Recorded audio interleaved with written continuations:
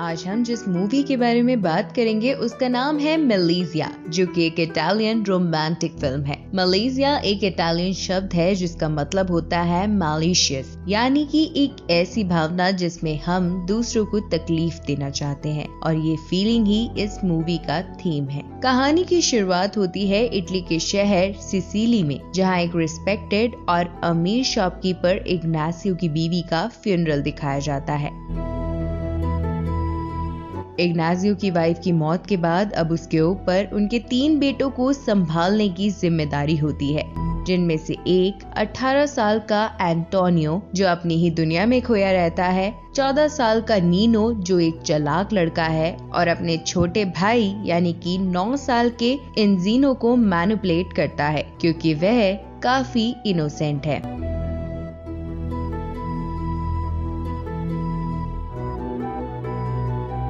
क्योंकि वह इन्हें अकेले नहीं संभाल पाता और उनकी परवरिश में उसे कुछ मदद मिल जाती, इसलिए इग्नासियो ने एक नई हाउसकीपर को नौकरी पर रखा है, जिसका नाम है एंजेला, जो न सिर्फ बेहद खूबसूरत है पर अपने काम में भी माहिर है।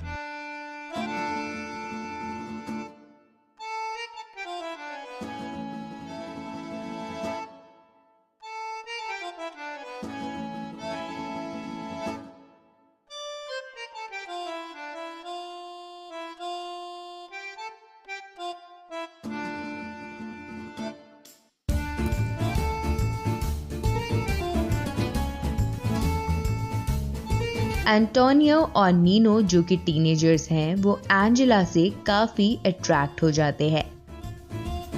एंटोनियो तो एंजेला के करीब आने की कोशिश भी करता है, पर नाकाम हो जाता है। ये दोनों ही एंजेला को हवस भरी नजरों से देखने लगते हैं, और नीनो की एंजेला को पाने की चाह काफी ज्यादा बढ़ जाती है। वही दूसरी ओर इग्नासियो, जिसकी उम्र काफी हो चुकी है, उन्हें अब अकेला महसूस होने लगा था, और इस अकेलेपन को दूर करने का रास्ता उन्हें एंजेला में नजर आता है। एंजेला को पहले तो वह सिर्फ एक हाउसकीपर की तरह देखते थे, पर फिर उससे अट्रैक्ट होने लगते हैं।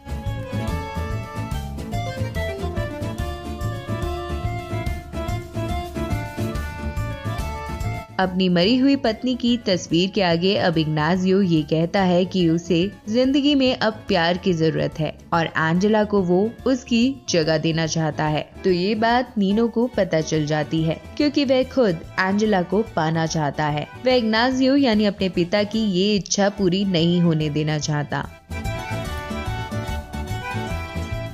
एक रात में जब इग्नासियो एंजेला के कमरे में जाता है, तो नीनो घर का अलार्म बजा देता है, जिससे घर में सभी लोग जाग जाते हैं। अगले दिन घर पर पुलिस आती है, क्योंकि सबको लगता है कि घर में सच में चोर आया था, और इसी वजह से अलार्म बजा। एंजेला का कमरा चोर के डर से बदल दिया जाता है, और वह कमरा अब इग्नासियो के कमरे से काफी दूर होता है।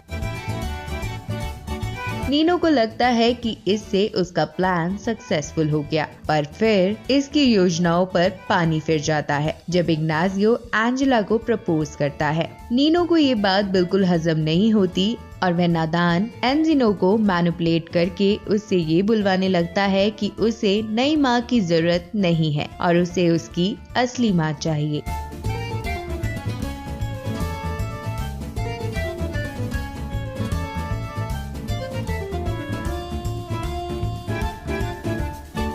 इसके बाद शादी कुछ वक्त के लिए टल जाती है। इग्नासियो बच्चों को लेकर अपनी माँ से मिलने जाता है, जो काफी बूढ़ी है। उनसे बात करते हुए वो उन्हें बताता है कि वह एंजेला से शादी करने वाला है। इग्नासियो की माँ उसकी बात सुनकर काफी गुस्सा हो जाती है, क्योंकि वह समझ नहीं पा रही थी कि वह एक हाउसकीपर से शादी करने का फैसला कैसे ले सकता है। और इग्नासियो उसकी एक बात नहीं सुनता और कहता है कि वह अपने फैसले खुद ले सकता है, और वह एंजेला से ही शादी करेगा। इग्नाजियो ये बात अच्छे से जानता था कि नीनो एंजेला को चाहता है और उसे बहलाने के लिए वह उसे एक साइकिल गिफ्ट करता है जो नीनो हमेशा से चाहता था। पर नीनो कहता है कि अब वह बच्चा नहीं रहा और एक साइकिल से वह उसे बहला नहीं सकता। वह हर कोशिश करेगा इग्नाजियो और एंजेला की शादी रोकने की। यहाँ से सिचुएशन एक डार्क और कॉम्प्लिकेटेड टर्न ले लेती है, जहाँ एंजेला के सामने नीनो और इग्नाजियो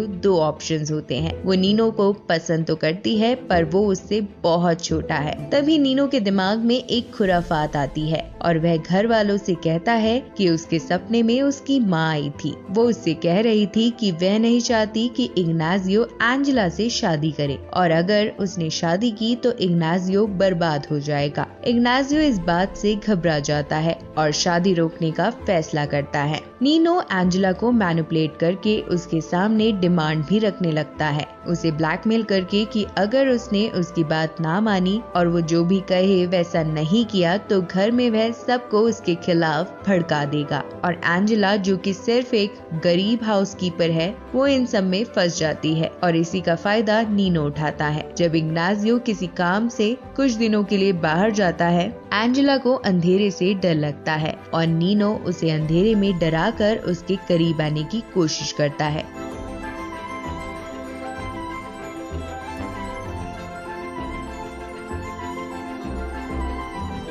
ये खेल कुछ देर तक चलता रहता है।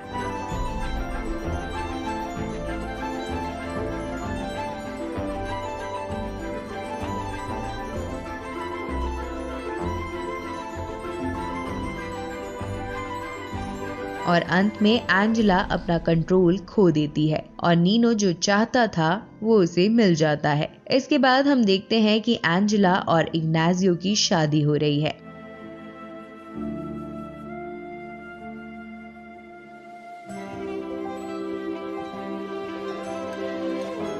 और शादी के बाद इग्नाजियो एंजेला से कहता है कि वह बच्चों को अपने बच्चों की तरह ग्रीट करे और किस करे। वो एंटोनियो और एंजियो को तो ग्रीट कर लेती है, पर जब नीनो की बारी आती है तब तो वह ऑकवर्ड हो जाती है और इसी ऑकवर्ड सिचुएशन पर ये मूवी खत्म हो जाती है।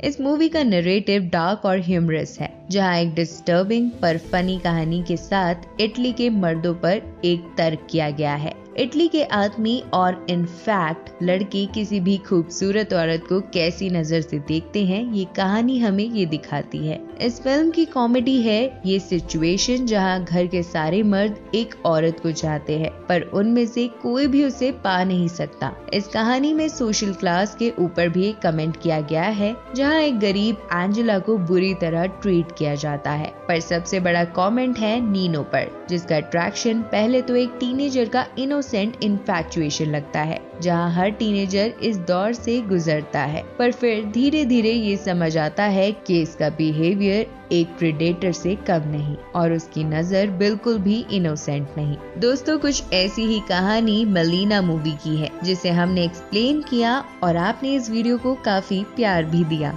तो आप सभी का दिल से शुक्रिया।